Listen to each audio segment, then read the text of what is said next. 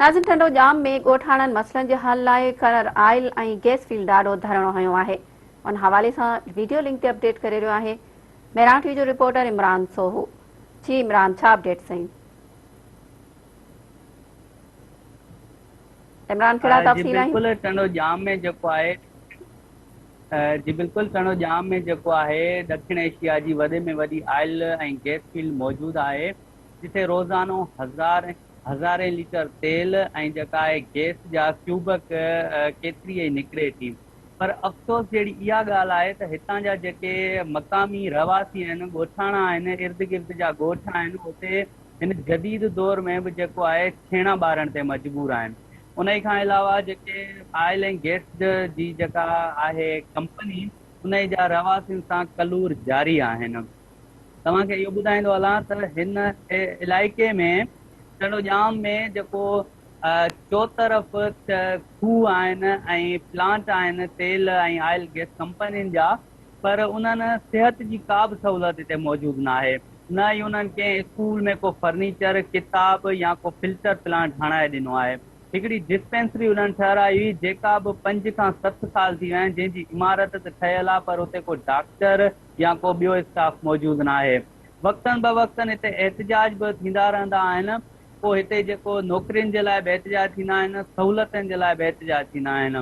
पोइ हुते जेके मक़ामी भोतार आहिनि, वॾेरा आहिनि, उन्हनि खे कंपनी पारां कॉल कई वेंदी आहे। उहे ईंदा आहिनि एहतजाज कंदड़नि खे मुतमिन करे, उन्हनि सां ॻाल्हियूं करे ऐं उन्हनि खे सिर्फ़ु सलाह दिलासा, आसरा ऐं वाइदा करे हलिया वेंदा आहिनि। ऐं पोइ उहे वाइदा बि जेके आहिनि मक़ामी भोतार वॾेरा या कंपनी उहे न पाड़ींदी आहे। उन खां अलावा हिते तव्हांखे आउं इहो बि ॿुधाईंदो हलां त चौकीदार, पटे वालो, गार्ड, पेंटर, ड्राइवर, अहिड़नि नंढियुनि नौकिरियुनि ते बि जेको आहे उहे झाड़ा लॻल आहिनि।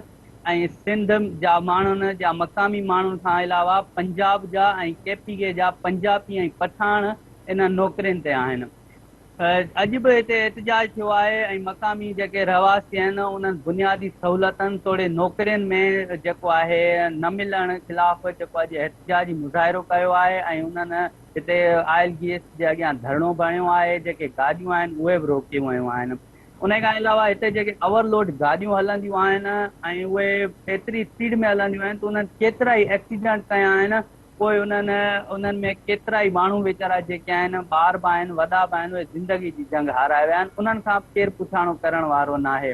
अॼु बि हिते एहतजाज थियो आहे ऐं जेको मुख्य गेट आॾो जेके रवासी आहिनि, ॻोठाणा आहिनि, उन्हनि धरणो आयो आहे ऐं उन्हनि हिते जेको आहे मुतालबनि जी मंशा लाइ मुज़ाहिरो कयो आहे।